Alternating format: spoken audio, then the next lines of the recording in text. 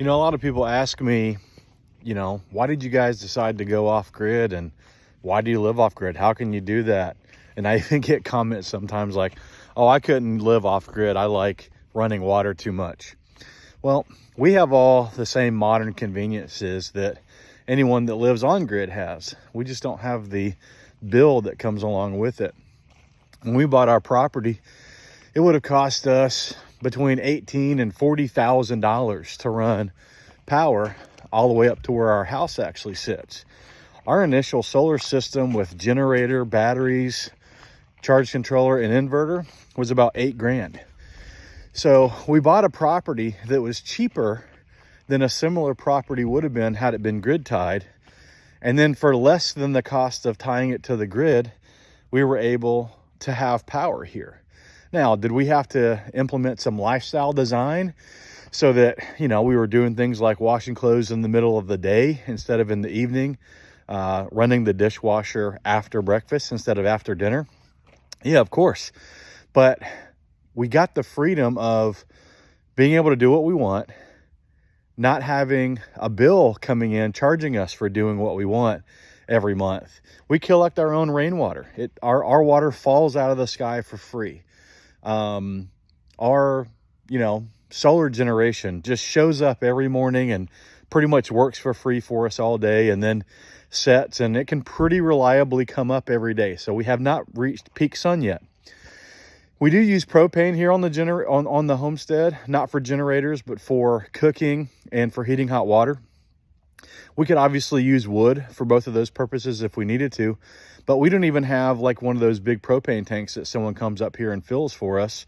We have a couple 100-pounders, and we go to town and fill those up and have those in a rotation.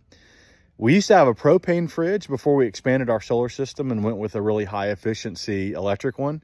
And when we were on the propane fridge, we had to, go fill that propane bottle up about once a quarter. So 4 times a year. It cost us about $70 every time we did it. So all of our utility bills combined was about $280 a year. Now, we used to pay a lot of money for satellite internet, but Starlink has actually reduced our costs by about 50% on what we pay for internet out here. And all the streaming services that have popped up recently allowed us to get away from DirecTV. So we used to have satellite TV out here, for entertainment.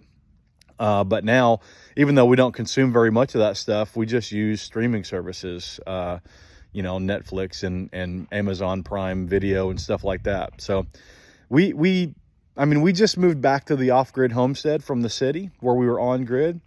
And of course, there's a few things that change. There's a few things that are a little bit harder, but I don't have that mortgage payment anymore. I don't have that electrical bill anymore. I don't have the water and the sewer bill anymore.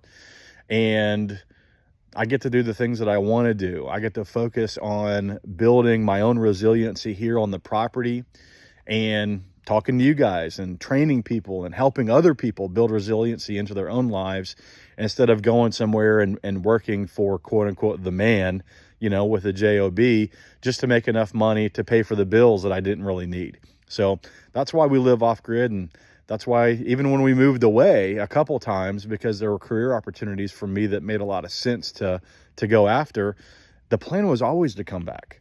And yeah, we came back a little sooner than we thought this last time, but that's okay. It was a decision that we made together as a family, and it was the right decision. And I'm super happy that we did it.